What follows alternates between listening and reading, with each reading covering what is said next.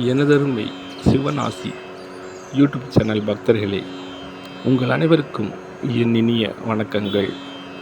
சிவபுராணம் கதைகள் பகுதியில் இன்று நாம் காசி சேத்திரத்தின் மகிமை பற்றி தான் பார்க்கப் போகிறோம். பரபிரம்மத்திலிருந்து உண்டான பிரகிருதியும் விஷ்ணுவும் தங்களை தோற்றுவித்தவர் யார் என்பதையும் தாங்கள் செய்ய வேண்டிய காரியம் என்னவென்பதையும் அறியாது குழம்பிய போது தவம் செய்து சிருஷ்டியை தொடங்கு என்றொரு அசரீரி கேட்டது. அவ்வாறே அவர்கள் தவம் செய்ய தீர்மானித்தனர். ஆனால் எந்த இடத்தில் அமர்ந்து தவம் செய்வது என குழம்பினர். மறுபடியும் அவர்களுக்கு அசரீரி கட்டளையிட்டது.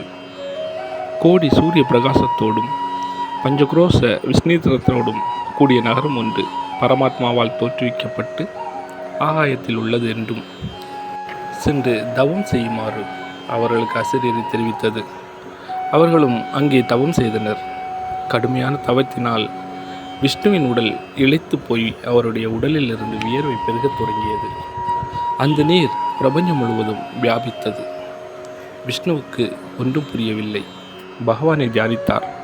அப்போது சிவபெருமானின் ஒரு காதிலிருந்து மணி ஒன்று அவர் முன்பு விழுந்தது.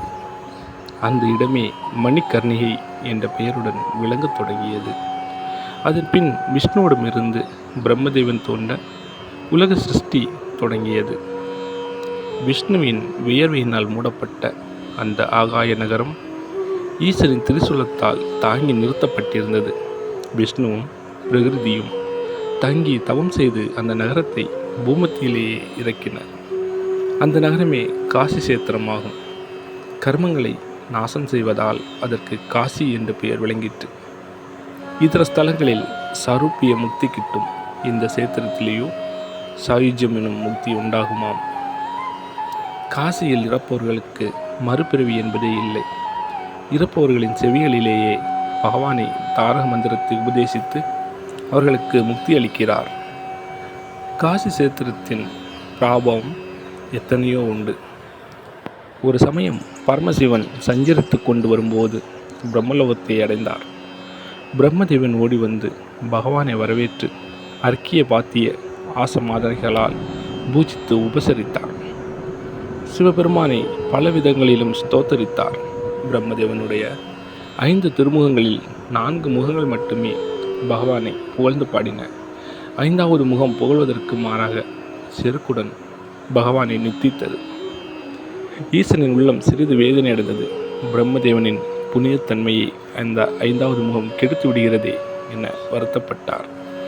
அதை அனுமதித்தால் அது பிரம்மனுக்குத்தான் துன்பம் என்பதால் அவரை நெருங்கி கைவிரலால் அதை கிள்ளி எறிந்தார்.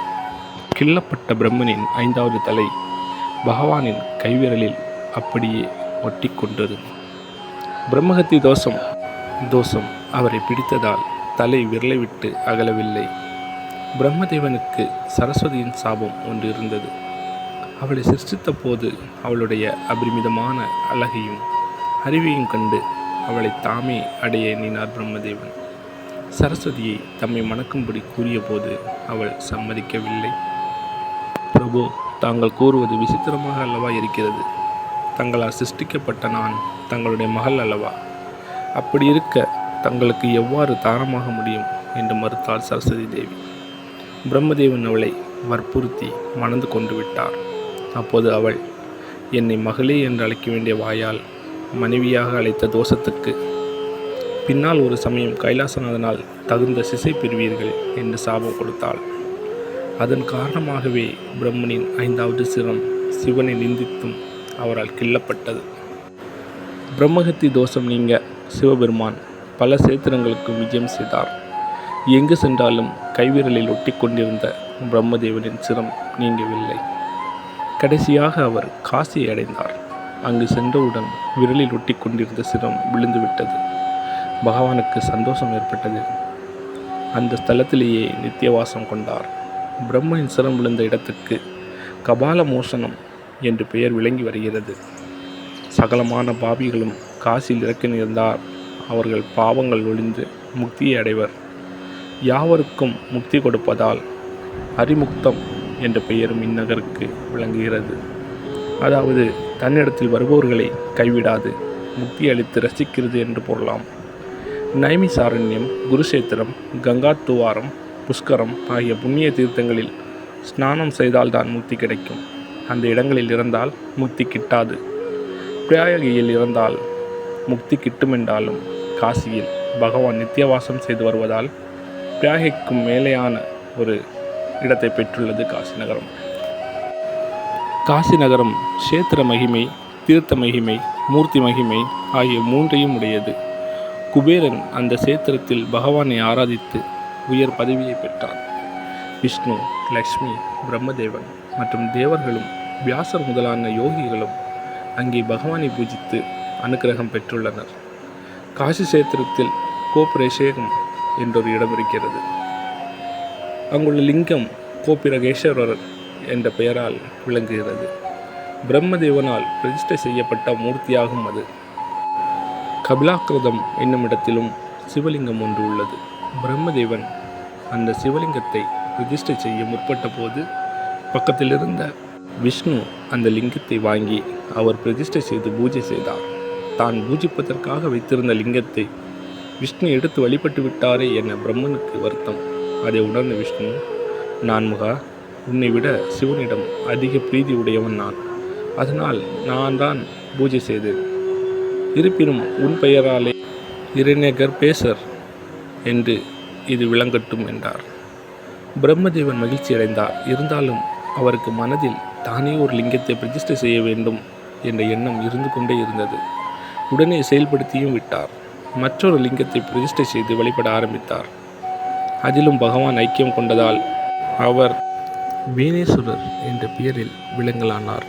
இன்னும் புலியாக உருவெடுத்து வந்து தேவர்களை துன்புறுத்திய அரக்கனை சிவபெருமான் அழித்து வாக்கிரேஸ்வரர் என்ற பெயருடன் ஓரிடத்தில் விளங்குகிறார்.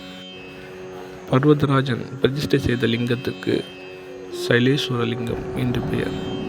வர்ணா, ஆசி என்னும் இரு நதிகளும் கலப்பதால் அந்த சேத்திரத்துக்கு வாரணாசி என்ற பெயரும் உண்டு. அந்த சங்கமத்தில் பிரம்மன் பிரதிஷ்டை செய்த சங்கமேஸ்வரர் இருக்கிறார். இன்னும் மத்தியமேஸ்வரர், ஜம்புகேஸ்வரர், கிருத்திகாசேஸ்வரர், விருத்தகாலேஸ்வரர் ஆகியோரும் அங்கே இருக்கின்றனர். சுக்கிரனால் பூஜிக்கப்பட்ட சுக்ரேஸ்வரரும் இருக்கிறார். காசி சேத்திரத்தில் பாபம் செய்பவன் பிசாசு ரூபமே அடைவான். அந்த சேத்திரத்தில் வசித்து அங்கேயே உலக வாழ்வை நீத்தலானது சாதாரணமாக கிட்டக்கூடியது அன்று. முக்தி தலங்கள் என்று கொண்டாடப்படும் 7 தலங்களில் 6 தலங்களான மதுரை, மாயை, காஞ்சி, அவந்தி, துவாரகை, அயோத்தி ஆகியவற்றை தரிசிப்பவனுக்கே மறுஜென்மத்தில் காசியில் பிறக்கும் பாக்கியம் கிட்டும்.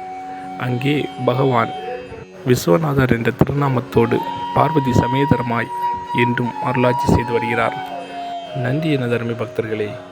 மீண்டும் அடுத்த பதிவில் உங்களை சந்திக்கும் வரை நன்றி, வணக்கம்.